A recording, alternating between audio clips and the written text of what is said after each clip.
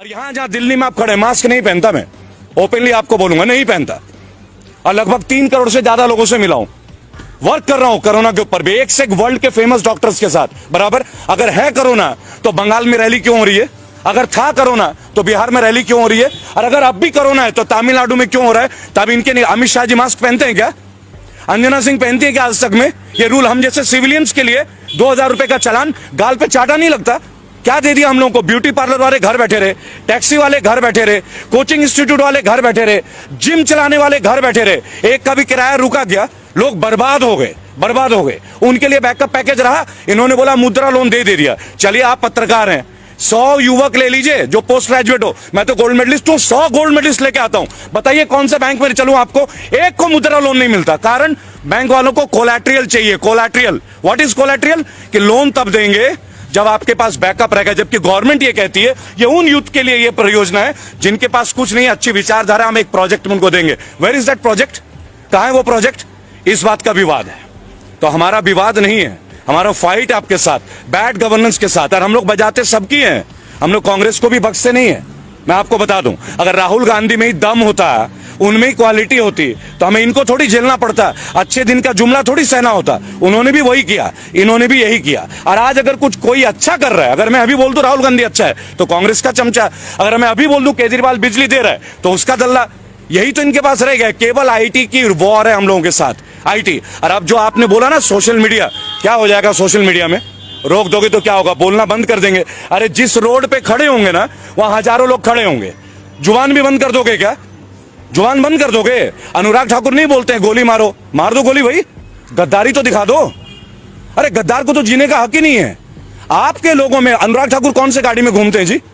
और परिवारवाद की चर्चा, राजनाथ सिंह का बेटा कौन है? मैं गौतम बुद्ध नगर में रहता हूं, राम राज्य में, जहां बोलना मना है, आपकी जानकारी के लिए मैं वहीं से बजाता हूं। कौन है पंकज सिंह? राजनाथ सिंह का बेटा। वहां के एमएलए कौन थी? विमला बाथम। कहां की थी?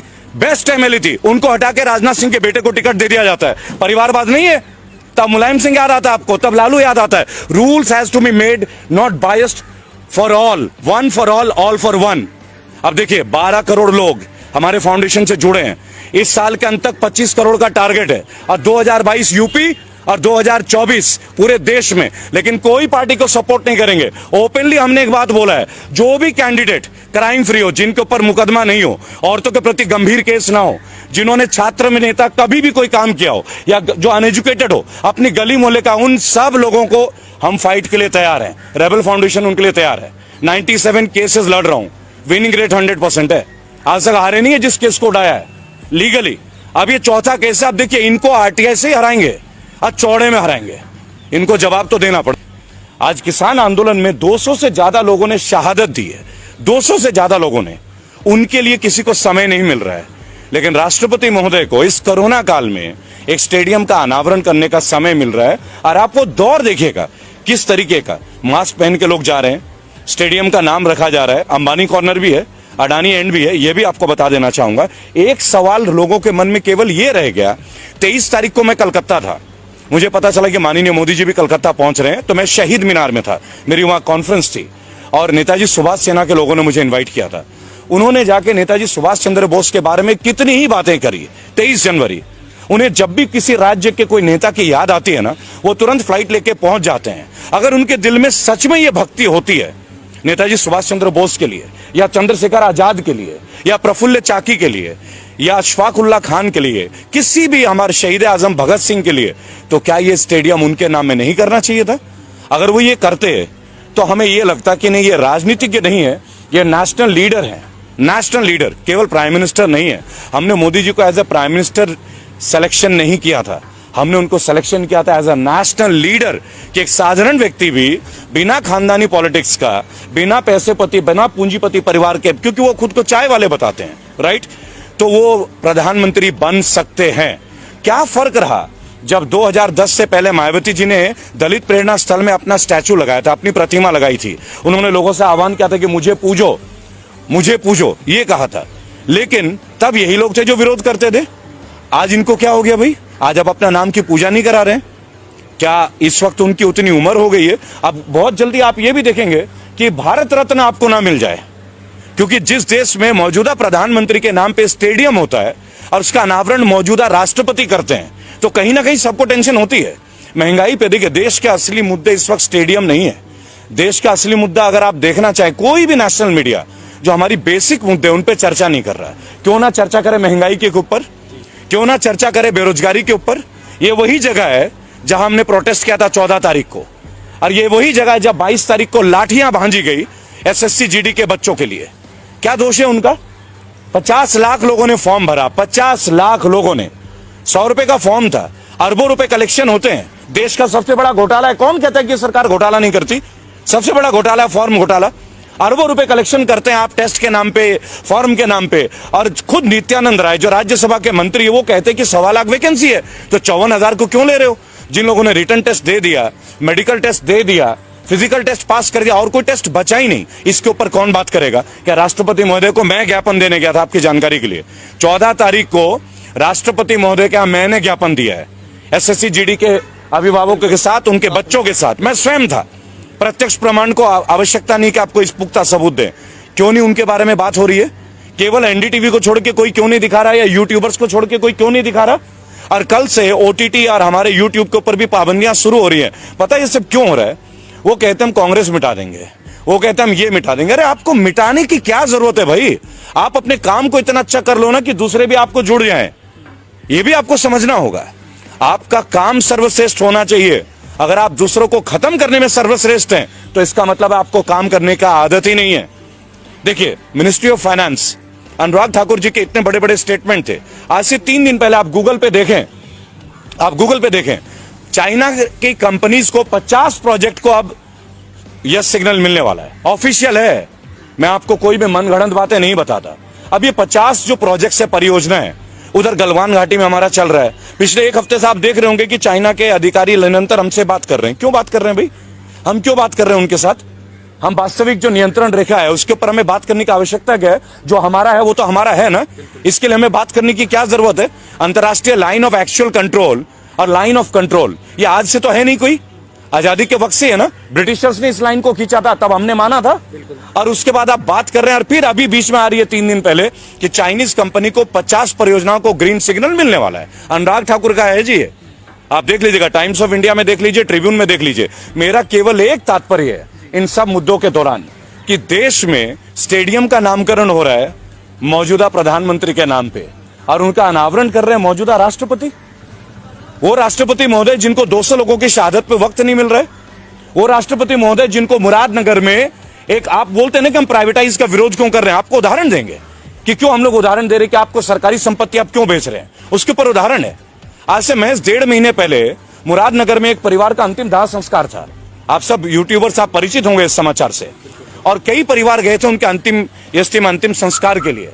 और 2 महीने पहले वो शवगृह बन के तैयार हुआ था, उसका जो भवन है, अचानक से छत गिर जाता है और 25 लोगों की अर्थी उठती है उसी शमशान घाट से। 2 महीने पहले कंस्ट्रक्शन, 1 लाख कॉन्ट्रैक्टर और 25 लोगों का जान खोना, और क्या मिलना? 2 लाख रुपए का मुआवजा। 2 लाख। जिस सरकार में सीना चौड़ा करके एक बीजेपी का कार्यकर्ता मिल जाए ना, मैं तो उनके बीच जाता हूं, उनसे एक बात पूछता हूं केवल, आप 5 लाख करोड़ की बात करते हैं कि जीएसटी में आपका कलेक्शन है, और हमारे देश के नागरिकों को 2 लाख रुपए का मुआवजा मृत्यु होने पे, वो भी जिसपे सरकारी रवैये के भुक्तभोगी हैं वो लोग, वो भुक्तभोगी हैं, तो इनके ऊपर कब बात होगी? कब बात होगी इनके ऊपर? इनको 2 लाख क्यों? देश तरक्की कर रहा है। आप ये कह रहे हैं कि देश तरक्की कर रहा है, राइट? अगर देश तरक्की कर रहा है तो देशवासियों से तरक्की होती है ना। देश का तरक्की क्या होता है? भारत की तरक्की क्या है? भारतीयों की तरक्की होती है, भारत की तरक्की। देखिए, मैं एक बात आपको बताना चाहूंगा कि ट्विटर का पर्पस क्या है? जेन्युइन इंफॉर्मेशन को लोगों तक पहुंचाना, अपनी फीलिंग्स को लोगों तक पहुंचाना। नेशनल मीडिया, जिसको अब हम लोग धीरे धीरे गोदी मीडिया के तौर पे जानने लगे हैं, कौन है ये नेशनल मीडिया? ये सारे सैटेलाइट चैनल। आप देखिए, रजत शर्मा जनता की अदालत करते थे। क्या रजत शर्मा ने कभी ये नहीं सोचा कि एक बार बाबा रामदेव से पूछे? ये वही बाबा रामदेव है जिन्होंने कहा था कि 30 रुपए में पेट्रोल मिलना चाहिए। ये वही बाबा रामदेव है जिन्होंने बोला था काला धन वापस आना चाहिए। देखिए, हम मोदी जी के हर चीज के खिलाफ नहीं है, कभी भी नहीं है, और व्यक्तिगत तौर पे तो उनके खिलाफ कभी भी नहीं। हम आज भी मोदी जी बोलते हैं, पूज्य नहीं बोलते, माननीय प्रधानमंत्री है। लेकिन अगर आपकी पॉलिसीज हमें तोड़ती हैं, अगर आपकी पॉलिसीज से लोगों का बेरोजगार का स्केल आउट डाउन हो रहा है, तो क्वेश्चंस तो उठेंगे, सवाल तो उठेंगे। और अगर आप में क्षमता है, आपके मंत्री में क्षमता है, तो आप उन सवालों का हमें जवाब दे दें। आप हमें जवाब दे दीजिए, हम संतुष्ट हो जाएंगे। आप हमारे सवालों का जवाब नहीं दे रहे, आप आरटीआई का जवाब नहीं दे रहे। जो आरटीआई, देखिए सबसे बड़ी बात क्या है, हमारे पास एक पावर था, राइट टू इंफॉर्मेशन। मैं खुद एक आरटीआई एक्टिविस्ट हूं। आज आरटीआई के जवाब मुड़ के नहीं आते, मुड़ के नहीं आते। क्यों नहीं आते भाई? ये किस तरह का गवर्नेंस है जहां आरटीआई के जवाब हमें नहीं मिलते? आप कैसे जानेंगे कि एसएससी जीडी, ये जो 1.25 लाख लोग हैं, physically fit, medically fit, written test pass, और कोई एग्जाम नहीं है। 3 इयर्स पहले इनका टेस्ट हुआ 2018 में। इसी तरह लोको पायलट के बच्चे इंतजार कर रहे हैं, 10,000 से ज्यादा बच्चे। यूपी पुलिस की भर्तियों के लिए निको पार्क लखनऊ, जहां मैं अब जाने वाला हूं, वहां लाठियां मिल रही है। आप देखिए, किसी भी पार्टी में यह हो सकता है क्या कि अगर आपने कोई ज्वलंत मुद्दे को उठा दिया तो आप लाठियां भांजोगे? आपको तो उनके सामने आके उन्हें जवाब देने की जरूरत है। सेटिस्फाई कीजिए, यूथ को सेटिस्फाई कीजिए। आप एक बात बताइए, यूथ क्रिमिनल कैसे बनते हैं? आज की डेट में भारत में सबसे ज्यादा पढ़े लिखे लोग जो हैं वो बेरोजगार है, और वो केवल इस भाजपा शासन की देन नहीं है, ऑब्वियसली कांग्रेस की भी देन बहुत बड़ी रही है। लेकिन what about the change? What about the change? इसीलिए तो हम इनको लेकर आए थे ना। और कितने साल, और कितने साल भाई? 7 साल होने को आए ना। 1 साल में आपको एक वैकेंसी तो देनी पड़ेगी ना, कोई एक सेक्शन में। और ये तो तब है जब उसी ब्रांच में सीट वेकेंट है, पैरामिलिट्री फोर्सेस की पोस्ट वेकेंट है। ये खुद पैरामिलिट्री वाले बोल रहे हैं, यानी देश की सुरक्षा खतरे में, और बच्चे सिलेक्टेड है, फिर भी आप उनको जॉब नहीं दे रहे हो। आपको समझना होगा। देखिए, मैं क्लियर आपको बताऊंगा कौन नहीं है रेबल। अब कौन नहीं है? हर एक यूट्यूबर बागी है। क्यों बागी है? क्योंकि वो ग्राउंड जीरो लेवल पे सच्चाई को प्रदर्शित कर रहा है, चाहे आप हो चाहे जितने भी और चैनल्स है। अरे एक रिस्क है। अरे क्या कमा लेते हैं? क्या पैसे कमाते हैं क्या वो लोग? उन्हें भी लगता है कि हम अपने हिस्से की जिम्मेदारी राष्ट्र के प्रति निभाएं। क्या आपको लगता है कि जितने भी बैचलर ऑफ जर्नलिज्म करके बच्चे बैठे हैं, क्या उनको जॉब मिल रही है? क्या आप जाके देखिए, आज तक में कितनी रिक्रूटमेंट है, इंडिया टीवी में कितनी रिक्रूटमेंट है, एबीपी न्यूज में कितनी रिक्रूटमेंट है। वही रूबिका लियाकत, वही रजत शर्मा सालों से। क्या नेपोटिज्म नहीं है ये सब? वही अर्चना सिंह, क्या ये नेपोटिज्म नहीं है? यानी जो लड़के गोल्ड मेडलिस्ट करके पास होते हैं जर्नलिज्म करके, उन्हें क्यों नहीं मिलती नेशनल मीडिया? मैं भी उनमें से एक हूं। I myself, I won the best result in year 2000 और the best one in my university, CCS university Meerut. मिल गया क्या मुझे? क्यों नहीं मिलता? उसके लिए आप क्या बोलेंगे कि आपने अच्छी मेहनत नहीं की? लेकिन हमें अपने हिस्से का वो जॉब नहीं चाहिए, लेकिन हमें अपने हिस्से का सम्मान तो चाहिए ना। और जो युवक आज डिपेंडेंट है, जिनका परिवार उन पर डिपेंडेंट है, देखिए लोग एमबीए कर रहे हैं, बीटेक कर रहे हैं, लोग पैसे ले रहे हैं, कर्ज ले रहे हैं, माँ बाप जमीनें बेच रहे, कोई जेवर बेच रहा है, बेटियों की शादियां रुक रही है कि पहले पढ़ ले, ये भाई नौकरी में लग जाएगा तो लोन लेके इनकी शादी ब्याह। ये भी एक ट्रेंड है भारत की, ये वास्तविकता। ये नहीं कि आज मोदी काल में हो गया, पहले से भी थी। लेकिन ये सबसे निम्न वर्ग का एक रिजल्ट है कि आप लगा लीजिए, हम पहले देश बन गए जिसने तमाम सरकारी एसेट बेचने शुरू कर दिए, और वो भी वो सरकारी एसेट जो प्रॉफिटेबल है। मसलन ONGC, we are in profit, LIC, we are in profit, बराबर। अब ये रेलवेज को बता रहे हैं प्राइवेट और रेलवेज घाटे में। तो मुझे एक बात बता दीजिए, लालू प्रसाद यादव एक करप्टेड नेता, ये इनका कहना, और जेल में होंगे भाई, सजा मिली है। लेकिन 2005 में वो रेलवे मंत्री थे, रेल मंत्री, और 20,000 करोड़ का मुनाफा था 1 साल के अंदर। तो क्या पॉलिसी थी वो? और इनके पास तो पूरी स्ट्रैटेजी है। निर्मला सीतारमण जैसी स्पीयर हेड है, स्मृति ईरानी जैसे स्पीयर हेड है, सनी देओल जैसे स्पीयर हेड है, कंगना जी है, अक्षय कुमार है, सुनील शेट्टी भी ताजा जुड़े इनसे, अजय देवगन भी जुड़े हैं। तो ये क्यों नहीं उसको ग्रोथ में ले आ पा रहे? क्या आप एक बात बताएं, क्या अपने चीजों को प्राइवेट करके हम मजबूत होते हैं क्या? वो कहते हैं सरकारी लोग काम नहीं करते, तो ये तरीका है, आप विभाग ही खत्म कर दोगे। तो एक काम करो, मंत्री भी प्राइवेट कर लेते हैं। आप भी तो सरकार का रिप्रेजेंटेशन कर रहे हो ना, क्यों लेते हो पेंशन? पिछले 6 साल में 3 बार माननीयों की तनख्वाह बढ़ी है। मैंने अभी यशपाल आर्या, जो कि उत्तराखंड के कद्दावर नेता हैं बीजेपी के, मैंने उनसे एक बात पूछा कि भाई साहब, आपके ड्यूटी में जो आईपीएस है, ये बेईमान है क्या? ये पुलिस वाला हरामखोर है क्या, जो इसको पेंशन नहीं मिलती? आपने ईमानदारी कैसे, कौन सा खड्डा खोदा है जो आपको 3-3 पेंशन मिल रहा है? जब आप पार्षद थे तब 1, एमएलए थे तब 2, एमपी बने 3 और मंत्री बने 4। यानी आईपीएस के लिए जो 10 साल रगड़ रहा है अपना, दिल्ली में आके कोचिंग ले रहा है, घर से पैसे भीख मांग के ला रहा है, वो ईमानदार नहीं है। और आप जो व्हाइट कुर्ता पजामा पहनते हो, आप ईमानदारी का ठंगा लेके, और आपके घर का हर आदमी बीएमडब्ल्यू और फॉर्च्यूनर के नीचे घूमता नहीं है। आप बता दीजिए, मोदी जी के काल में सैलरी बढ़ी नहीं है क्या? क्यों बढ़ी वही सैलरी? अगर आप ईमानदारी का परिचय देते, घटाइए ना, एनपीएस उन पे भी लागू कीजिए, पेंशन बंद कर दीजिए। हम आपके साथ खिलाफ नहीं है, सख्त आपकी विचारधारा को समर्थन करेंगे, लेकिन एक कंडीशन है। 5 सवाल है। देखिए, आप लोग इतने सवाल पूछते हैं ना, 5 क्वेश्चन पे हमारे साथ आके डिबेट पे आ जाइए, ओनली 5 क्वेश्चन। पहली बात, एम्प्लॉयमेंट के ऊपर बात करते हैं। फर्स्ट, एम्प्लॉयमेंट के ऊपर बात कर लेते हैं, केवल एम्प्लॉयमेंट। एम्प्लॉयमेंट पे आपने लास्ट 6.5 years में जो आपके केंद्र शासित प्रदेश हैं, 15 साल रहे आप मध्य प्रदेश में, छत्तीसगढ़ रहे 10 साल से ऊपर, बराबर। स्टैट्स के साथ बात करूंगा, जुबानी बात नहीं करूंगा, पूरा स्टैट्स है। आरटीआई एक्टिविस्ट हूं, 27 बार की जेल की यात्रा है सर, और भक्त रहा हूं मोदी जी का, कड़ा भक्त। कई लोगों से लड़ाई लड़ी है, अब इसलिए हिम्मत मिली कि उनके सामने भी लड़ने की। आज जो बच्चे बैठे हैं 1.25 लाख और आए हुए हैं गुरुद्वारे में, उनको फेस कीजिए ना, उनको बताइए ना उनकी ज्वाइनिंग क्यों नहीं दे रहे हैं। Medical fit, physical fit, written test pass किया, कोई टेस्ट और बचा नहीं, तो जॉब क्यों नहीं दे रहे हैं? और आपके पास वैकेंसी है, क्यों नहीं दे रहे भाई उनको जॉब, बताइए। रेलवे के बच्चे बैठे हैं, लोको पायलट के 10,700, यूपी पुलिस के वर्दी का 2018 से इंतजार, 2015 के एसएससी के बच्चे, 2012 के बच्चे, कितने दिन आत्महत्या। आप लास्ट 3 महीने में 200 बच्चों ने आत्महत्या किया है। उनके मां बाप को दुख नहीं होता क्या?